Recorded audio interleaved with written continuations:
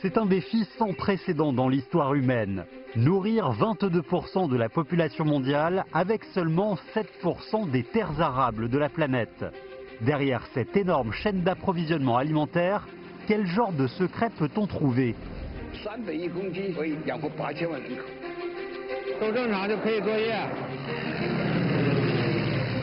Nous allons vous faire découvrir comment le pays le plus peuplé au monde s'organise pour se nourrir.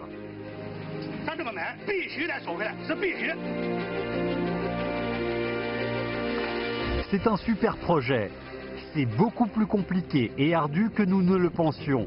Mais pendant des milliers d'années, les Chinois ont su utiliser leur diligence et leur sagesse pour créer des miracles.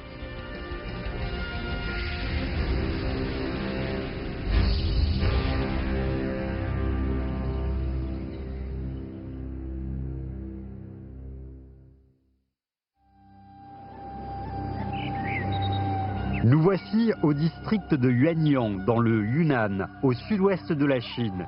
Il est situé au cœur des montagnes Hailao. En mai, lors de la session des semi-printaniers, Bai Wanfu, un villageois de Xinjie, a commencé le travail le plus important de l'année.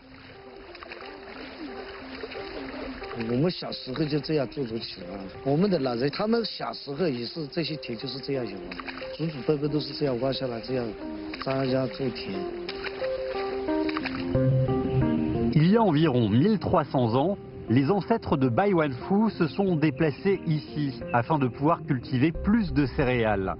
Les collines stériles ont été découpées en champs en terrasse. À plus de 2000 mètres au-dessus du niveau de la mer, le plus grand champ en terrasse atteint plus de 3700 niveaux. À Yuanyang, on compte plus de 11 000 hectares de champs en terrasse. Afin de résoudre la question de la nourriture, nos ancêtres ont créé le super projet de la Chine antique.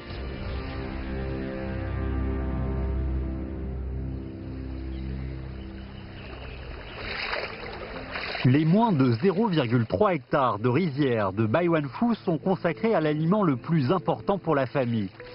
Tout comme Bai Wanfu et ses proches, les locaux ont conservé les pratiques agricoles manuelles et le mode d'agriculture autosuffisante. Depuis des milliers d'années, le peuple chinois a été élevé de cette manière. Mais la Chine d'aujourd'hui fait face à une énorme demande de nourriture pour 1,3 milliard de personnes, ce qui est clairement au-delà de la capacité de l'agriculture traditionnelle.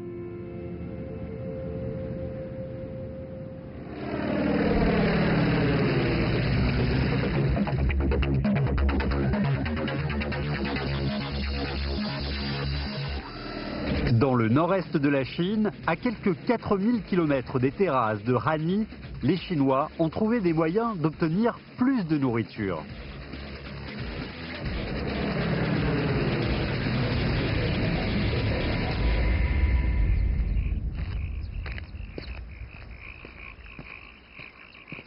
Au début du mois de juillet, c'est la saison la plus occupée de l'année pour Liu Bao. En tant que chef d'exploitation, il gère plus de 33 000 hectares de rizières.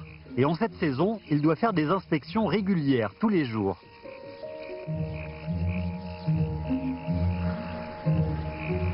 现在我们最担心的就是这个时期呢，我们这个水田呢最容易得穗茎瘟。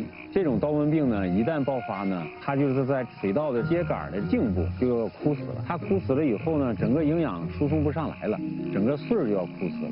这个病呢，一旦爆发呢，对我们来说呢，那将是灭顶之灾。 La piériculariose du riz est difficile à guérir, on ne peut que prévenir. Et la meilleure période de prévention est pendant les 10 premiers jours de l'épiage. Cela signifie qu'on n'a que 10 jours pour finir la prévention de plus de 33 000 hectares de rizières.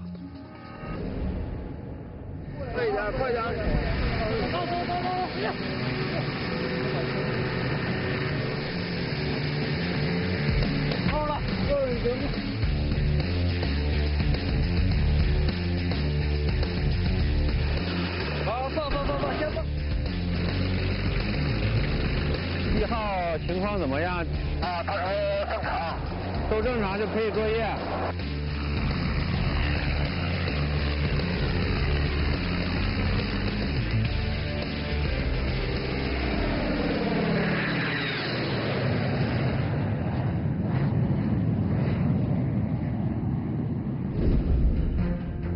Liu Guoche, pilote spécial d'aviation agricole, est dans le métier depuis plus de 20 ans.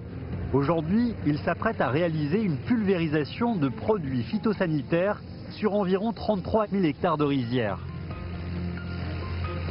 农业飞行它就是叫超低空飞行，超低空飞行的最大的特点，它就是离地特别低。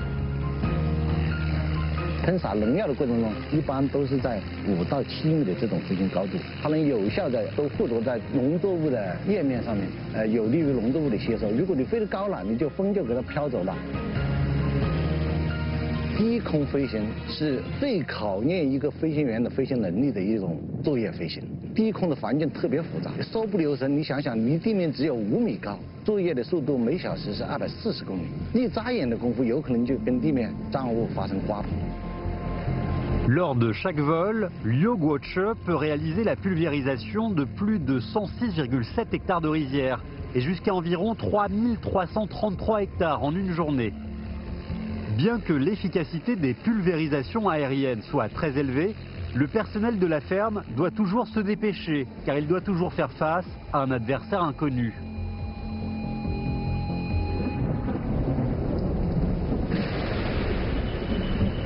Le temps variable est le plus grand ennemi des opérations de pulvérisation. La pulvérisation 2 heures avant et après la pluie affaiblit l'effet du pesticide qui sera dilué par l'eau de pluie. Et un vent supérieur au niveau 5 va disperser le produit phytosanitaire. Afin d'obtenir le meilleur effet de pulvérisation, Liu Ba ne peut qu'attendre un meilleur temps. 我的父亲15岁就从山东就来到北大荒了，我也算是北大荒的第2代。他当时吧，就是跟转业官兵是一批来的，63年来的。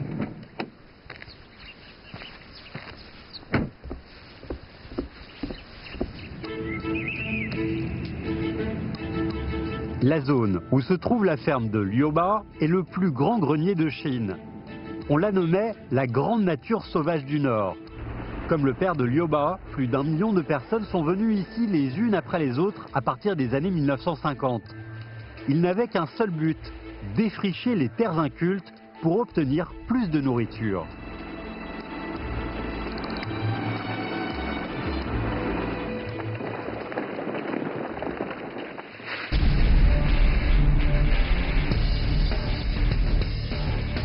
那行，你这边还有大概5万亩地，明天找找零，明天你就结束了啊。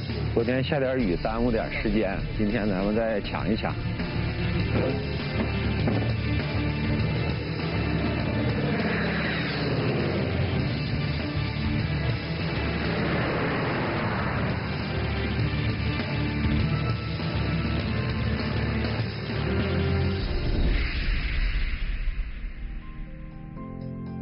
Voici la trajectoire des vols faits par Liu Guoche pendant toute la saison des opérations. Pour finir la protection de plus de 33 000 hectares de rizières, il faut plus de 300 vols, ce qui signifie qu'il passera la plupart de son temps en l'air. Ceci est la zone d'opération précise pour un avion. Pendant toute la période, plus de 40 avions travaillent sur la grande nature sauvage du Nord, qui a une surface de plus de 1,3 million d'hectares de rizières, soit 16 fois la superficie de Hong Kong. Les céréales produites ici chaque année peuvent nourrir 100 millions de personnes. Cette partie de la Chine a une vaste superficie de terre, mais malheureusement, toute la Chine n'est pas comme ça. La Chine a un vaste territoire. Mais la terre arable ne représente qu'un dixième de la superficie totale. La superficie de terre arable par habitant est de seulement 0,09 hectares. La Chine doit compter sur 7% des terres cultivables du monde pour nourrir 22% de la population mondiale, ce qui est un défi sans précédent dans l'histoire de l'humanité. C'est une tâche apparemment impossible, mais grâce aux efforts d'une personne, la situation a changé.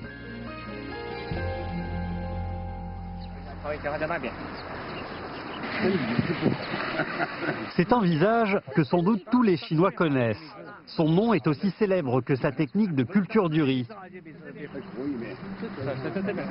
Yuan Longping est aussi connu sous le nom de père du riz hybride dans le monde. Afin de tester les caractéristiques d'un nouveau type de riz, Yuan Longping, 87 ans, s'est précipité de Changsha vers Qingdao. En Chine, le riz est l'aliment principal de plus de 800 millions de personnes. Mais dans les années 1960, la production de riz dépassait à peine 1500 kg par hectare. La production par unité d'hectare est devenue la question clé pour nourrir plus de personnes.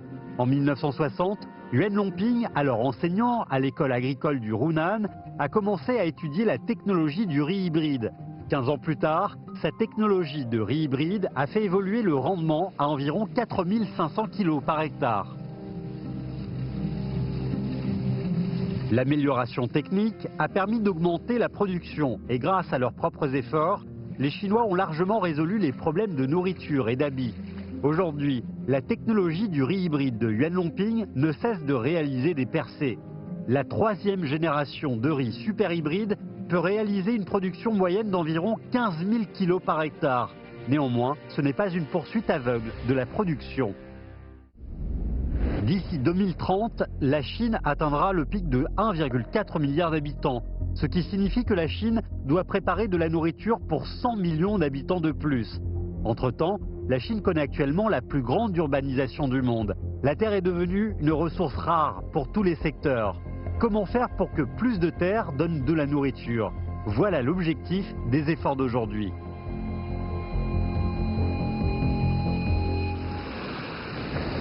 Qingdao, l'une des villes côtières dans l'est de la Chine, était autrefois un banc de sable et de vases. Mais aujourd'hui, on a réussi à planter du riz. Contrairement au reste du pays, l'irrigation du riz ici utilise de l'eau de mer simplement dessalée. Par conséquent, le riz d'ici est appelé riz de mer.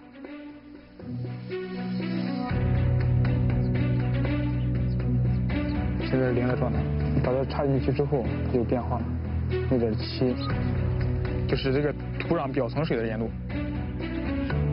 海水稻实际上它本质上来说是一个耐盐碱性水稻，能够在盐碱地上或者是沿海滩涂能够正常的生长。 En général, les céréales ne peuvent pas pousser avec une telle teneur en sel. Mais aujourd'hui, les Chinois ont réussi cette mission impossible. Le père du riz hybride est maintenant chef de projet du riz de mer. La venue de Yuan Longping à Qingdao cette fois-ci va servir à tester les caractéristiques de ce nouveau type de riz au stade de l'épiage. 我们的目标在2020年全国推广1亿亩。 它每年的产量是300亿公斤，300亿公斤是个什么概念呢？可以呢养活8000万人口。 Il y a environ 100 millions d'hectares de terres salées en Chine, dont plus de 13 millions d'hectares conviennent à la culture du riz de mer. Dans le monde, on compte plus de 933 millions d'hectares de terres salines alcalines. Cette technologie inventée par les Chinois apportera de nouvelles percées dans la lutte mondiale contre la faim. Les moins de 2,7 hectares de rizières devant nous n'ont rien de spécial. Mais c'est un miracle de plantation agricole créé par les Chinois. Ils sont en train de créer des miracles sur des terres où rien ne poussait autrefois.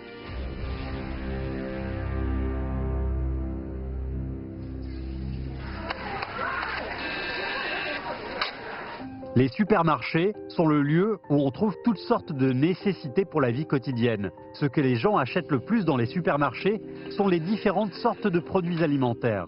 Avec 18 000 tonnes d'œufs, plus de 100 000 tonnes de porc et plus de 200 000 tonnes de fruits, la quantité de nourriture consommée par jour en Chine est stupéfiante. De par la vente de toutes sortes de nourriture dans les supermarchés, nous pouvons voir la structure du régime alimentaire chinois. Peu importe ce que vous choisissez, il y a toujours des légumes à table. En Chine, faire les courses se dit communément acheter des légumes. Les céréales et légumes sont indispensables pour les 3 repas du quotidien. Une personne mange en moyenne chaque année 10 fois son poids en légumes. Si l'on multiplie ce chiffre par 1,3 milliard, on obtient un chiffre astronomique. La Chine a besoin de plus de bases de plantation de légumes.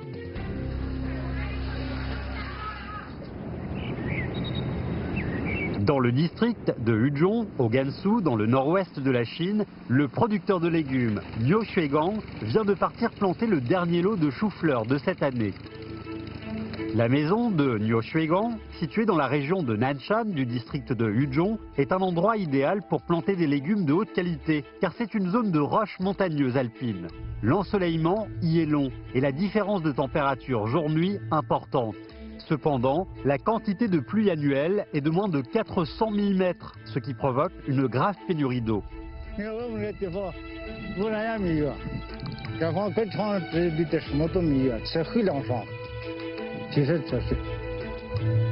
La demande en nourriture ne diminue pas à cause des conditions géographiques défavorables.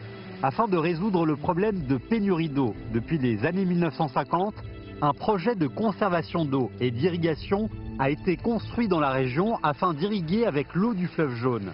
Afin de cultiver plus de terre dans les zones montagneuses, les techniciens locaux ont également trouvé de nouvelles méthodes.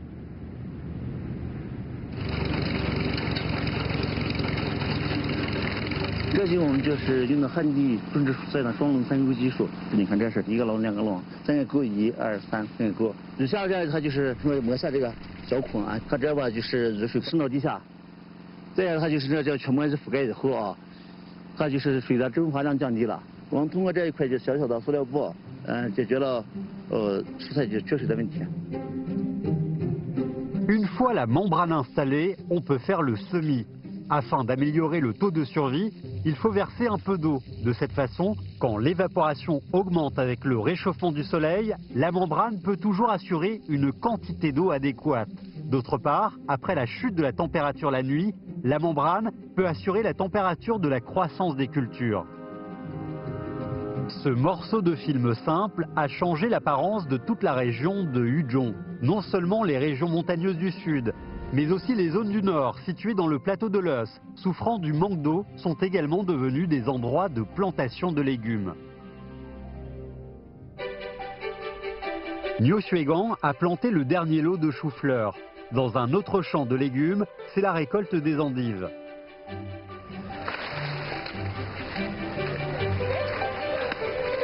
Chaque année en juin, le marché des légumes d'été commerce sur le plateau de Lanzhou. Dans le même temps, le sud de la Chine souffre de fortes pluies et des typhons, ce qui provoque un manque de légumes. Le sud est censé être la région favorable à la croissance des cultures, mais en réalité, c'est la principale destination de ces légumes. 像我一个人的话，能走个100吨左右吧，应该。这个整个冷库的话，一天可能就在600吨左右。 L'offre de légumes d'été du plateau peut durer jusqu'en novembre, lorsque la température moyenne dans le nord de la Chine est d'environ 5 degrés et qu'il n'est plus possible de planter des légumes. Pour assurer l'approvisionnement en légumes des villes du nord, il faut en transporter depuis le sud, ce qui fait monter considérablement leur prix. Bien sûr, on peut avoir une autre option.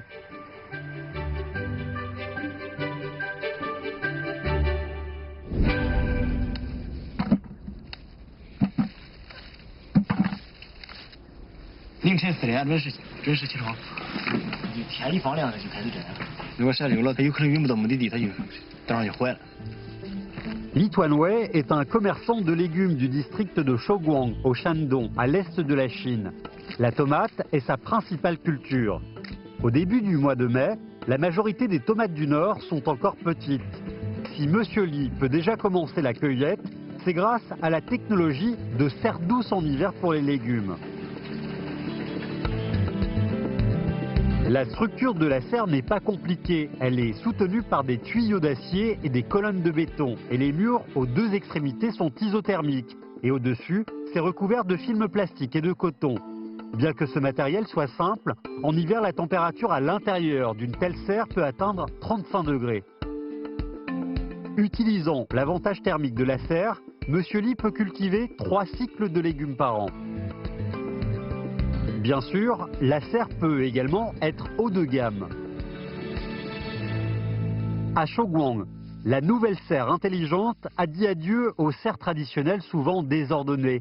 Un seul technicien peut compléter la gestion quotidienne d'une serre de 0,8 hectares.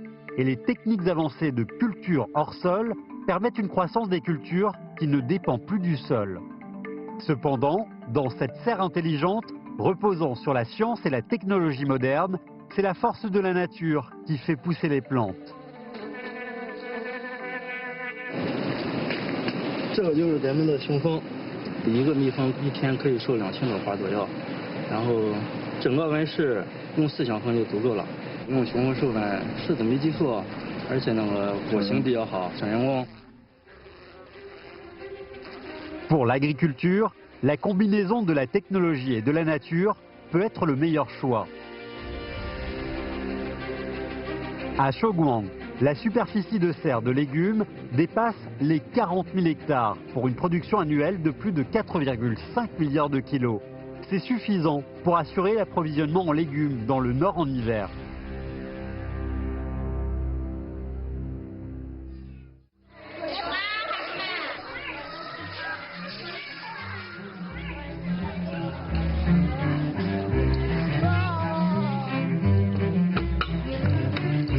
Le lait, l'une des plus anciennes boissons naturelles, est connue sous le nom de sang blanc. Il est riche en calcium et en vitamines, y compris tous les acides aminés nécessaires à la croissance du corps humain. Selon le communiqué du Bureau national des statistiques, la consommation de lait en Chine a été multipliée par 6 en 20 ans et le marché du lait en Chine a connu la plus forte croissance du monde.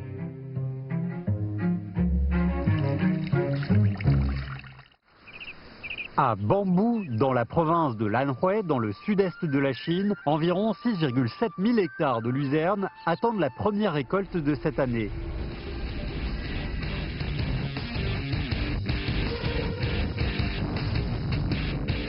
La luzerne, connue sous le nom de roi des pâturages, était un aliment spécial pour le cheval de Fergana. De nos jours, ces luzernes nouvellement récoltées vont devenir l'aliment préféré d'un autre animal. Située à 5 km du pâturage, voici une grande ferme d'élevage moderne avec plus de 40 000 vaches. C'est la plus grande base d'élevage de vaches laitières en Chine. La luzerne récoltée est arrivée ici. Après le processus de compression et de fermentation, elle devient un aliment nutritif quotidien pour les vaches laitières. Elle peut non seulement répondre aux besoins en protéines des vaches laitières, mais aussi améliorer grandement le rendement en lait. Tout comme les gens doivent bien manger pour avoir de l'énergie, la quantité et la qualité de la production du lait dépendent de la qualité du fourrage. De plus, la bonne humeur est également un élément essentiel.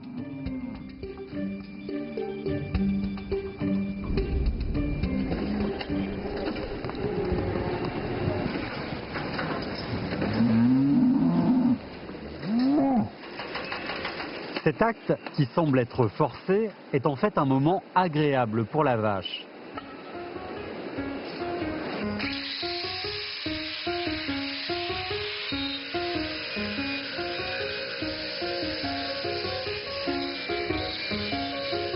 猪蹄主要就是去除它那些多余的角质，使得它的蹄瓣竖立均匀，然后它走路才舒服。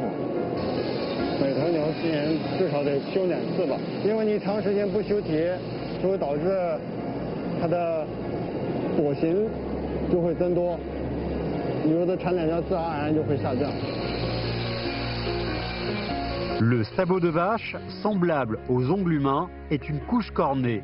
Les ongles humains poussent d'environ 3 mm par mois. Le sabot de vache pousse d'environ 5 mm par mois. 可以说，我们的休息室就是奶牛的美甲师。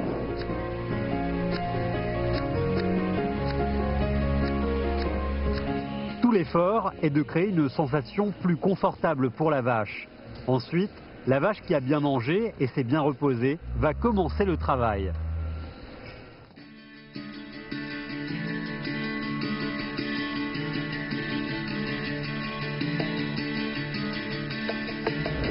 Cette machine à traire rotative, avec un diamètre de plus de 20 mètres, est le lieu de travail des vaches.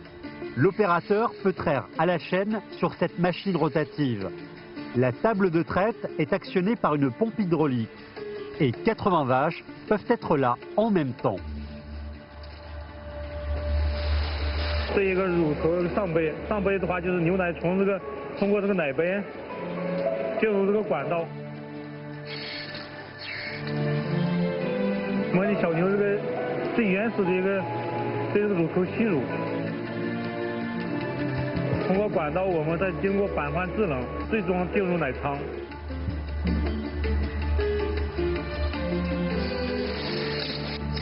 洗完奶它会感应，自己就把杯收了。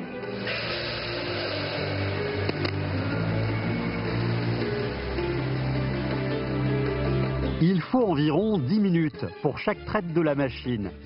Elle peut compléter le processus de traite pour près de 500 vaches en 1 heure. La production journalière de cette ferme est de plus de 600 tonnes, ce qui peut satisfaire la demande en lait d'une journée pour les 20 millions d'habitants de Beijing.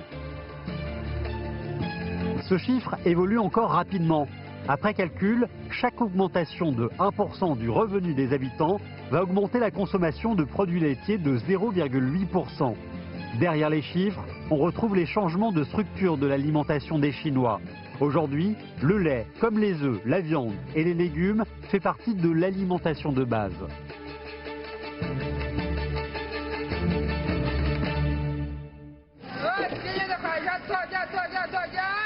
Avec l'amélioration des technologies frigorifiques, toutes sortes de produits aquatiques commencent à apparaître dans les grands supermarchés et sur la table des Chinois. Les choix se diversifient.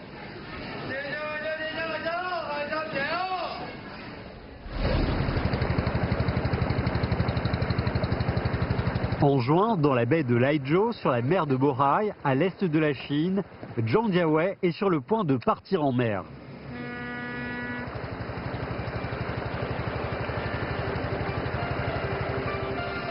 La Chine a une longue côte. Afin de mieux conserver les ressources halieutiques côtières, la Chine prévoit un moratoire sur la pêche de 4 mois à compter du mois de mai. Avec la réduction de la pêche, il faut trouver de nouvelles voies pour avoir accès aux ressources halieutiques.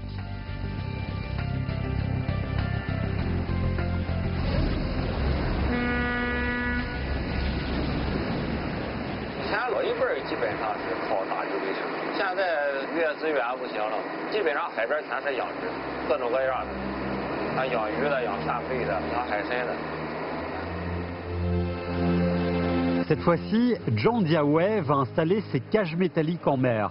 Ces cages de 10 mètres de large ne sont pas un outil de pêche, mais servent pour la pisciculture en cage.